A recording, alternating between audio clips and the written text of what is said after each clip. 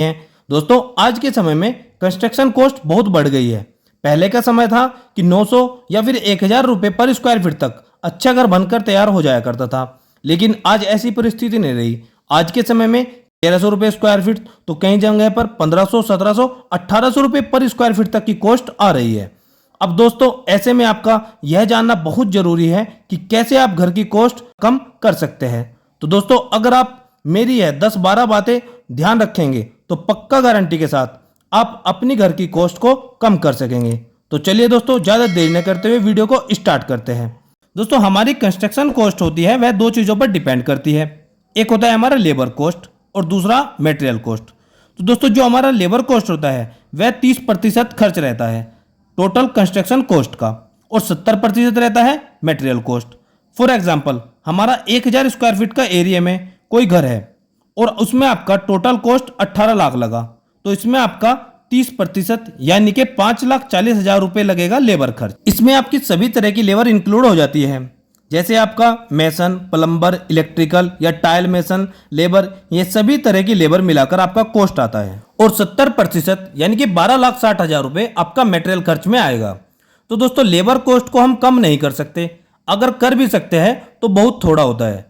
तो मेन जो होता है वह है हमारा मटेरियल, जिसमें हम काफ़ी सारे पैसे बचा लेते हैं। अब मटेरियल में हम कैसे कैसे बचाते हैं मैं आपको शुरू से डिटेल में बताता हूँ। सबसे पहले हम एक प्लॉट लेते हैं, तो प्लॉट हमें अपना स्क्वायर शेप या रेक्टेंगल शेप का रखना चाहिए। इसमें हमारा खर्च थोड़ा कम हो जाता है, क्योंकि ऐसे प्लॉट में घर के रूम, टॉयलेट, बाथरूम या हॉल वगैरह एक सही शेप में आप दे सकते हो, जिससे हमारा घर प्रॉपर अच्छे से बन जाता है, बिल्कुल सिंपल प्रोसीजर के साथ। लेकिन अगर हमारा थोड़ा टेढ़ा मेढ़ा प्लॉट है तो उसमें हमें दिक्कतें आती है और खर्च भी बढ़ जाता है। तो आपको ध्यान रखना है कि आपका प्लॉट सिंपल शेप का हो, यानी कि स्क्वायर शेप में या रेक्टेंगल शेप में होना चाहिए। अब दोस्तों इसी में एक और बात निकल कर आती है कि लोग ना तो किसी आर्किटेक्ट या फिर ना ही किसी सिविल इंजीनियर को हायर करते हैं। अब जब भी आपको घर की कंस्ट्रक्शन करानी है तो उसमें हमारा खर्च अप्रोक्सीमेटली 20,000 रुपये तक आता है।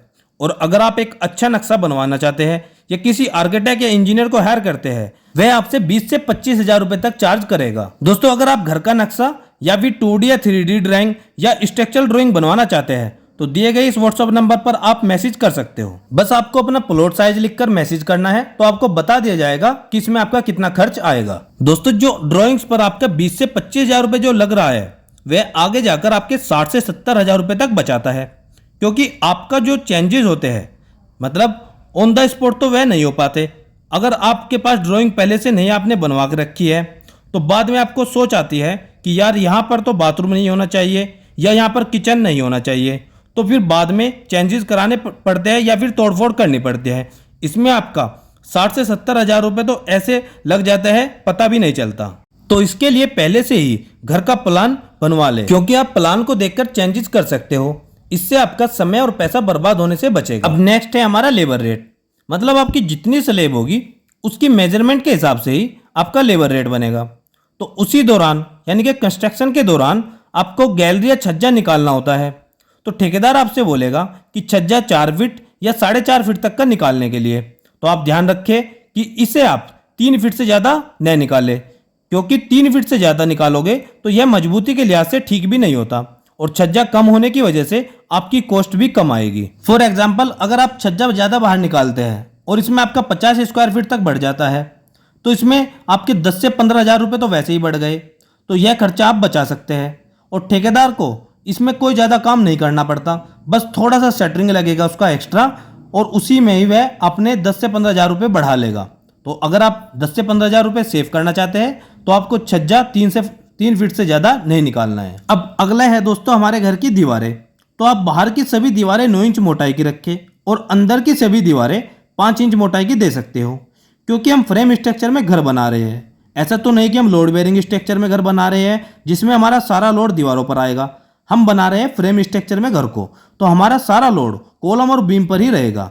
तो आप बाहर की सभी दीवारें 9 इंच की रखें और इनर की सभी दीवारें 5 इंच मोटाई की रखें, इससे आपका बहुत खर्च बचेगा। अब दोस्तों मान लीजिए आपका 1000 या 1200 स्क्वायर फीट में आपको कंस्ट्रक्शन करानी है, तो आप डुप्लेक्स के साथ जाइए, मतलब आप 2 मंजिला घर बनाइए।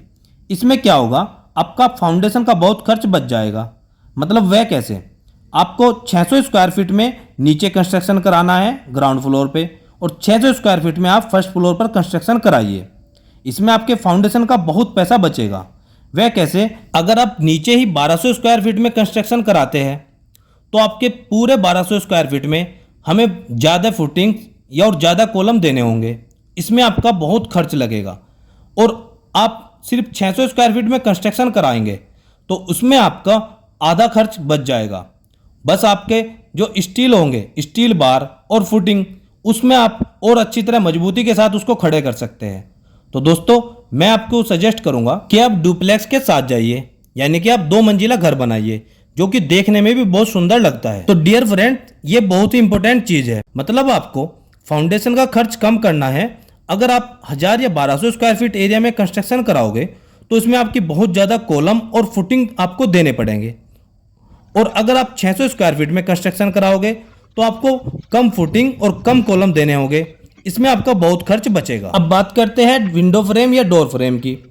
दोस्तों, वैसे हम एमएस का यूज़ करते हैं और कुछ जगह पर वुडन का यानी कि लकड़ी का भी यूज़ करते हैं। अगर आप डोर फ्रेम लोहे या आयरन का यूज़ करते हैं तो इसमें हमारा बहुत खर्च बढ़ जाता है, क्योंकि लोहे का रेट आज के समय में 80 से 100 या 110 रुपये पर केजी के हिसाब से आपको फ्रेम मिलेगा। वैसे ही लकड़ी का भी बहुत महंगा है।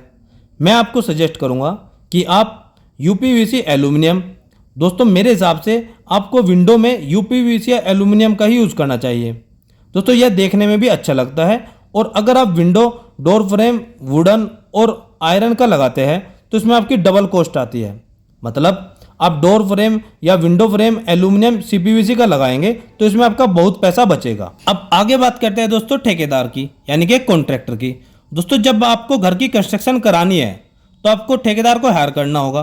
तो ठेकेदार को हायर करने से पहले ही आपको रेट को पता कर लेना है जगह जगह पर कि क्या क्या रेट चल रहे हैं, और फिर आपको देखना है कि किस ठेकेदार की क्वालिटी कैसी है। इसमें कुछ ठेकेदार ऐसे भी होते हैं जो कम रेट में काम तो ले लेते हैं पर क्वालिटी नहीं दे पाते। तो मैं सजेस्ट करूंगा कि आप जिस किसी भी ठेकेदार को हायर करेंगे, पहले आप उसके द्वारा किए गए 4 से 5 काम पे विजिट कीजिए, और साथ ही सभी मकान मालिकों से ठेकेदार का फीडबैक भी अवश्य ले। कुछ ठेकेदार ऐसे होते हैं जो काम तो ले लेते हैं पर फिर काम को बीच में लटका देते हैं। मतलब दोस्तों, आपको काम शुरू होने से पहले ही ठेकेदार के साथ एक एग्रीमेंट करवा लेना है कि वह कितने टाइम में काम को कंप्लीट करके देगा और इस रेट में क्या क्या काम करके देगा, ताकि बाद में कोई प्रॉब्लम न हो। और एक बहुत ज़रूरी काम पहले ही आपको कर लेना है कि ठेकेदार को ड्राइंग दिखवाकर पहले ही उसकी अमाउंट फिक्स कर लेनी है। मतलब मान लीजिए आपका स्लैब का जो टोटल एरिया है वह 1000 स्क्वायर फीट आ रहा है ड्राइंग के हिसाब से, और आप अपने ठेकेदार से आपने 1500 रुपये पर स्क्वायर फीट का रेट फिक्स किया है, तो सीधा सीधा आपका अमाउंट होगा 15 लाख रुपए। तो यह पहले ही आपको फाइनल कर लेना है, नहीं तो बाद में कॉन्ट्रैक्टर आपसे बोलेगा कि स्टेयरकेस का डबल नापेगा या छज्जा वगैरह का डबल नापना है, या बहुत सारी प्रॉब्लम को क्रिएट कर देगा। तो दोस्तों, इस बात का भी आपको विशेष रूप से ध्यान रखना है कि आपको सब कुछ पहले से ही एग्रीमेंट में लिखवा कर रखना है। अब बात करते हैं दोस्तों डोर्स यानी कि दरवाजों के खर्च की। दोस्तों, बाथरूम या टॉयलेट वगैरह में आप यूपीवीसी या पीवीसी डोर का यूज करें, और लकड़ी के बड़े बड़े डोर्स तो मत बनवाओ, इसमें बहुत ज़्यादा खर्च आता है। कोई भी अच्छी कंपनी का फ्लश डोर यूज करो। आजकल मार्केट में अच्छी अच्छी कंपनी के 3000 से लेके 5 या 6000 रुपए तक बहुत अच्छे अच्छे फ्लश डोर आ रहे हैं। तो मैं सजेस्ट करूंगा कि आप फ्लश डोर ही लगवाए, क्योंकि यह देखने में भी बहुत अच्छे लगते हैं। अब एलिवेशन की बात करते हैं। दोस्तों, अगर आपको खर्च बचाना है तो आपको एलिवेशन बिल्कुल सिंपल रखना है। मतलब आप बिल्कुल सिंपल एलिवेशन के साथ जाइए। इसमें आप बहुत ज़्यादा डिजाइन नहीं देंगे। अगर आपका इसमें बहुत ज़्यादा डिजाइन होगा तो इसमें कॉन्ट्रैक्टर आपसे प्लास्टर करने का डबल चार्ज लगाएगा। तो बेहतर होगा कि आप इंटीरियर में खर्च कीजिए। अब बात करते हैं दोस्तों मटेरियल में खर्च कैसे कम करें। दोस्तों, मटेरियल आप अपने लोकल एरिया से किसी भी कंपनी का यूज कर सकते हैं। इसमें आपको क्वालिटी के साथ कोई कंप्रोमाइज नहीं करना है। आजकल लोकल या फिर छोटी कंपनियां या छोटे ब्रांड अच्छी अच्छी क्वालिटी के मटेरियल प्रोवाइड कर रहे हैं। फॉर एग्जांपल, आप सरिया ही ले लीजिए। आप अपने लोकल एरिया का कोई ब्रांड यूज करेंगे तो इसमें आज के समय में आपको रेट पड़ेगा 60 रुपये से 70 रुपये पर केजी तक। वहीं पर अगर आप बात करें नेशनल ब्रांड जिंदल, पैंथर या फिर टाटा का, तो इन सब का आपको जो रेट होगा वह होगा अप्रोक्सीमेटली 80 से 90 रुपए पर केजी। तो आप बहुत खर्च बचा सकते हैं कोई यदि आप लोकल ब्रांड का सरिया यूज करेंगे। दोस्तों, यह बड़े बड़े ब्रांड जो ये बड़ी बड़ी कंपनियां होती है वह भी वही मटेरियल यूज करती है जो लोकल कंपनी या लोकल ब्रांड यूज करते हैं। बस यह बड़ी बड़ी कंपनियां मार्केटिंग में इतना पैसा खर्च कर देती है जो बाद में हमारी और आपकी जेब पर ही पड़ता है। तो मैं ऐसा नहीं बोल रहा हूं दोस्तों कि इनका मटेरियल खराब है, इनका भी प्रोडक्ट या फिर मटेरियल बहुत अच्छा होता है, बस हम बात कर रहे हैं खर्च की। अब बात करते हैं दोस्तों सीमेंट की। दोस्तों, प्लास्टर के लिए आप पीपीसी सीमेंट का यूज करें क्योंकि यह ओपीसी सीमेंट से 10 से 20 रुपए सस्ता होता है, तो इसमें भी आपका बहुत पैसा सेफ होगा। तो दोस्तों, यह तो थी कुछ ऐसी बातें जिससे आप अपने घर के खर्च को 4 से 5 लाख रुपए तक कम कर सकते हो। आई होप दोस्तों आपको वीडियो अच्छी लगी होगी। अगर आपको वीडियो अच्छी लगी तो प्लीज वीडियो को लाइक, चैनल को सब्सक्राइब और मेरी आने वाली और भी अच्छी अच्छी वीडियो की नोटिफिकेशन के लिए बेल आइकन को प्रेस करना मत भूलिएगा। मिलते हैं दोस्तों एक और नई वीडियो में, एक और नई वीडियो लेक्चर के साथ। तब तक दोस्तों आप सबको मेरा नमस्कार।